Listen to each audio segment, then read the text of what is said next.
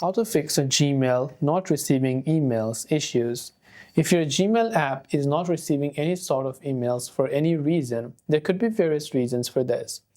The first thing that you want to check is your Gmail notifications. So even if it is not appearing on the primary tab, it could actually appear on the spam tab, or you can go to all mail to see all of the mails, or you can also go to spam because some emails might have been labeled as a spam. That could be the case you're not receiving emails.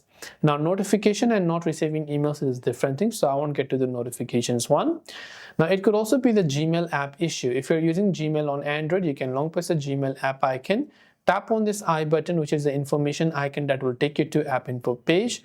From here, you can go to storage usage and clear the cache files and clear the data. So clear the data and open and relog into Gmail again. Check also if the Gmail app has an update, and if it does, make sure to update it to the latest version. Now you can try going to gmail.com and see if you received the email there.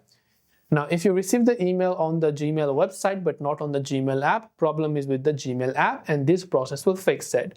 But if you're not receiving emails on gmail.com on your computer also, or on your mobile also, then it could be that your Google Drive storage is full. So Gmail is also one of the primary Google applications, and all of the Google data is stored within the storage of Google Drive, and Google offers you 15 gigabytes for free, which is also going to store in Google Photos. So Google Photos is something that takes up a lot of storage if you back up videos and photos to Google Photos. So to check it, you can simply tap on your Google profile from the top right hand side, and you can see the storage usage. So something percent out of 15 GB use. You want to make sure to empty out the storage from your Google Drive, which could be Google Photos and everything. You'll see what is occupying the most space, like what kind of backups it is, whatever else it is occupying the most space. You'll be able to clean up those space and then clear it out.